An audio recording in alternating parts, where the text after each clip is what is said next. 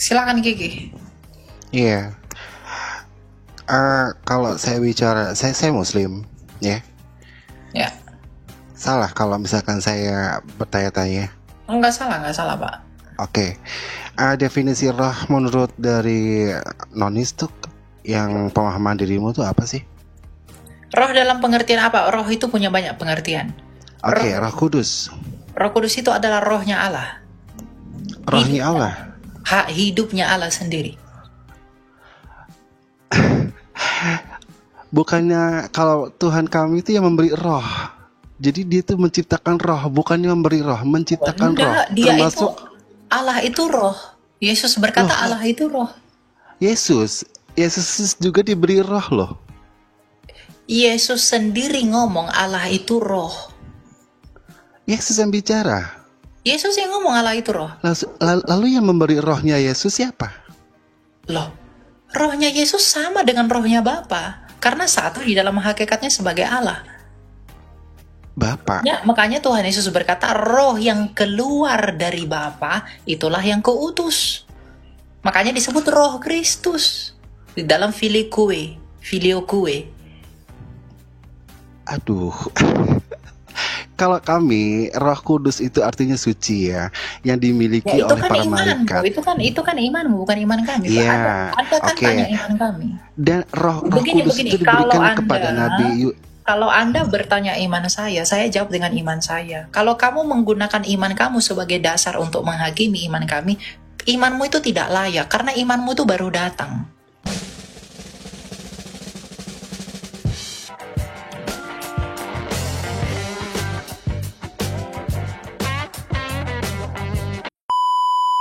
Shalom Kak Elia. Aku mau nanya, mungkin dari beberapa orang juga yang menanyakan hal ini juga, tentang apa tujuan Tuhan menciptakan manusia, dan kalaupun Tuhan sendiri bisa melakukan semuanya, kenapa Tuhan menciptakan manusia, malaikat, iblis? Ya, terima kasih Kak. Ya, kenapa Tuhan menciptakan manusia? Kejadian 1 ayat 28, Tuhan menciptakan manusia itu untuk menjadi mandataris atas bumi ini.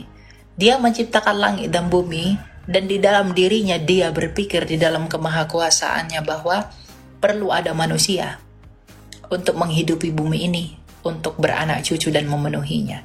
Jadi Tuhan menciptakan bumi ini adalah untuk memenuhi seluruh bumi dan menjadi penguasa atas bumi. Ya, Kejadian 1 ayat 28. Ya. Dan dengan penciptaan itulah, dengan demikian dia membagikan kasihnya kepada manusia. Jadi tujuan Allah menciptakan manusia adalah untuk tujuan yang kekal, dengan membagikan kasihnya dan menjadi penguasa atas bumi ini. Karena kita memang didesain untuk di bumi ini, berkuasa di bumi ini. Kita tidak pernah diciptakan untuk di sorga.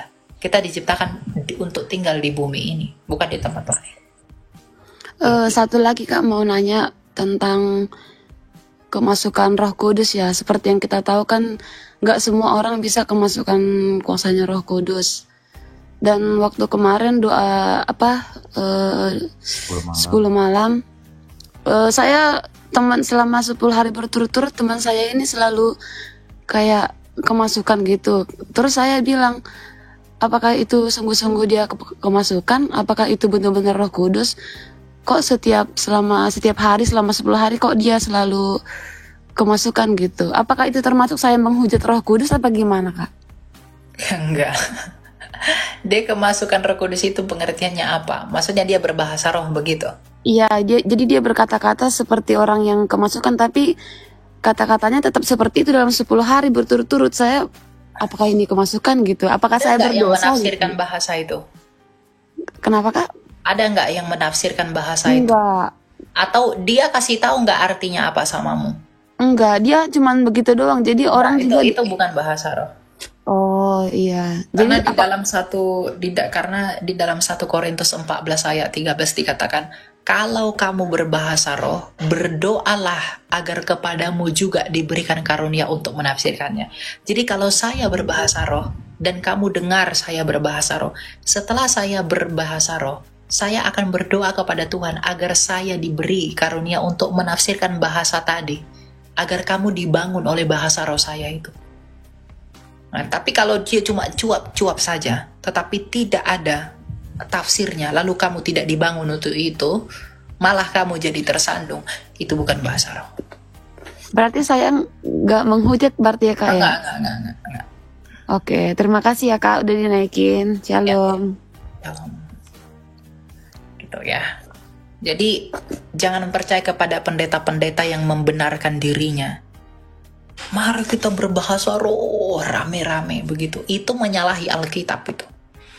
Bahasa roh itu 1, 2, 3 orang cukup bergantian. Nggak ada yang sampai tumbang-tumbang. Itu nggak ada. Ya, jangan membenarkan dirimu. Itu kan pengalaman spiritual bla. Nggak ada. Ya, tidak. Itu saja. Ya. Nggak ada. Roh Kudus itu memurnikan pikiran kita, memberikan kita hikmat. Ya, bukan malah ngomong-ngomong tidak jelas. Makanya Rasul Paulus berkata dalam 1 Korintus 14 bahwa aku lebih suka di dalam pertemuan jemaat menggunakan 5 kata yang bisa dimengerti daripada beribu-ribu kata bahasa roh. Ngapain kita di tempat umum berbahasa roh? Biar kamu kelihatan rohani gitu? Atau biar kamu kelihatan, wah si paling Roh Kudus begitu? Nggak penting yang begitu-begitu. Ya, hidupmu adalah buah dari Roh Kudus. Makanya dikatakan buah-buah roh. Penguasaan diri itu buah roh. Kalau kamu mengaku diurapi Roh Kudus, lalu kamu tidak bisa menguasai dirimu, kamu tidak bisa kontrol dirimu, roh mana yang menyinggapi kamu itu?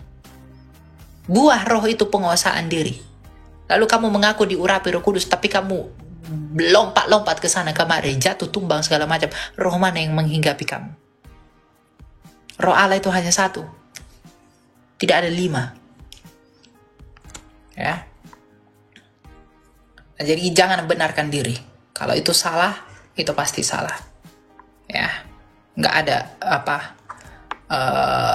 bahasa roh yang kejang-kejang begitu tuh, nggak ada itu.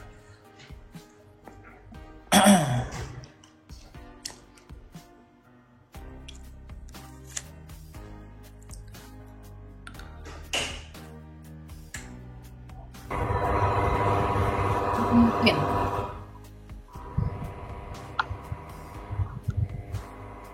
Halo, yakin?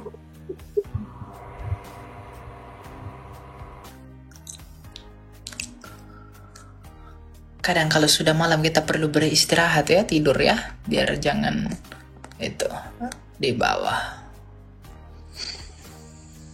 Ya, silakan siapa namanya ini? Kiki. Silakan Kiki. Iya. Kalau saya bicara, saya Muslim, ya. Ya. Salah kalau misalkan saya bertanya-tanya. Enggak salah Pak. Oke. Definisi roh menurut dari Nonis tuh yang pemahaman dirimu tuh apa sih? Roh dalam pengertian apa? Roh itu punya banyak pengertian. Oke, Roh Kudus. Roh Kudus itu adalah rohnya Allah. Rohnya Allah. Hak hidupnya Allah sendiri. Bukannya kalau Tuhan kami itu yang memberi roh. Jadi dia itu menciptakan roh, bukannya memberi roh, menciptakan roh. Dia Termasuk itu Allah itu roh. Yesus berkata Loh, Allah itu roh. Yesus juga diberi roh loh. Yesus sendiri ngomong Allah itu roh. Yesus yang bicara. Yesus yang ngomong Allah itu roh. Lalu yang memberi rohnya Yesus siapa? Loh, rohnya Yesus sama dengan rohnya Bapa. Karena satu di dalam hakikatnya sebagai Allah. Bapak. Ya, makanya Tuhan Yesus berkata, roh yang keluar dari Bapa itulah yang kuutus. Makanya disebut roh Kristus. Di dalam filioque. Aduh. Kalau kami, Roh Kudus itu artinya suci ya, yang dimiliki Ya, itu oleh kan para imanmu. malaikat. Itu kan imanmu, bukan iman kami. Iya, Anda kan oke. tanya iman kami. Dan Roh Begini, Kudus itu diberikan kepada Nabi. Kalau Anda bertanya iman saya jawab dengan iman saya. Kalau kamu menggunakan iman kamu sebagai dasar untuk menghakimi iman kami, imanmu itu tidak layak, karena imanmu itu baru datang. Hello, datang Ya. dari mana? Betul, itu baru datang Pak di abad ke-7. Hah? Anda bicara abad, sementara yang menciptakan dunia ini itu sudah awal Itu Siapa yang udah menciptakan Tuhan dulu? hadir, Tuhan hadir. Iya betul, tapi kan iman kamu, pemahaman kamu itu baru ada dapat di abad ke-7 ketika nabimu itu ada kan? Jangan bicara adat. Bukan begitu. Tuhanmu baru menyatakan dirimu kepada nabimu itu baru di abad ke-7. Eli ya, Jadi sorry. Kita Allahnya ini Israel, makanya begini. Kalau Anda bertanya, pakai etika bertanya yang benar. Kalau kamu menggunakan dogmamu untuk menilai iman kami, sesuai dengan apa yang kamu tanyakan, imanmu itu nggak layak menilai kami, Pak. Karena imanmu baru datang, baru lahir. Dan hello. dan iman kamu itu bukan jalur Abrahamik. Karena di luar dari perjanjian. Makanya Astaga, Yahudi, terlalu makanya naif ya. Yahudi, Kesannya terlalu Kristen, naif ya kalian ya. bukan naif, memang karena Apa? bukan di dalam perjanjian. Coba kamu baca kitab Jabur 147 ayat 19 sampai 20. Itu apa katanya? Sorry, bukan saya menyampingkan antara kitab Zabur, Taurat, dan Injil, bukan. Nah, Itu kan udah dalam. makanya justru Anda tidak boleh kesampingkan itu. Itu dasar imannya orang Kristen dan iman Yahudi yang adalah Ya, Abrahamik. tapi Makanya sementara saya Yahudi sendiri katakan, tidak Anda tidak nggak boleh menggunakan Yahudi iman sendiri saya kamu. secara nyata tidak ini ya, maksudnya tidak berangkulan dengan Kristen ya. Kenapa? Siapa murid Yesus itu Yahudi semua. Iya, Yesus memang masih keturunan darah-darah Yahudi, Ya, tapi kok murid Yesus tuh ternyata Yahudi semua, Pak. iya, saya paham. Tapi Betul. kenapa dari Yahudi sendiri tidak ada yang untuk Yahudi yang bisa mana dulu? Yahudi golongan Rabi Akiva atau Yahudi Ultra? Yahudi mungkin ini ya banyak. mungkin ya Yahudi. Rafika kali ya ada maksudnya Nah, yang ya udah terjadi kalau di kalau Yahudi Rabi Akiva datangnya abad keberapa? Yahudi yang di zaman Kristus itu Yahudi apa? Masa enggak tahu? Ya kalau memang nggak tahu ya nggak bakal ngerti. aduh, Jadi terlalu naif buat maksud saya itu Ya sudah, gini kamu saja, tidak boleh. Kamu Elia. Kalau saya sih tidak untuk memahami hal-hal sesuatu yang menurut secara logika ya, yaitu menurut Anda mungkin dengan dengan adat apa bla bla bla, silahkan dah. Oke, lanjut ya. Baik buat saya. Iya, betul. Saya juga tidak akan beriman kepada iman kamu yang memang di luar perjanjian. Gitu. Karena cara kamu bertanya, kamu menggunakan imanmu untuk menilai iman kami. Imanmu itu baru datang. Itu nggak layak menilai kami yang sudah berdiri hampir 10 abad sebelum imanmu ada. Nggak mungkin. Gitu loh. Jadi jangan gunakan iman kamu untuk menilai. Yang pertama, imanmu itu tidak di dalam janji.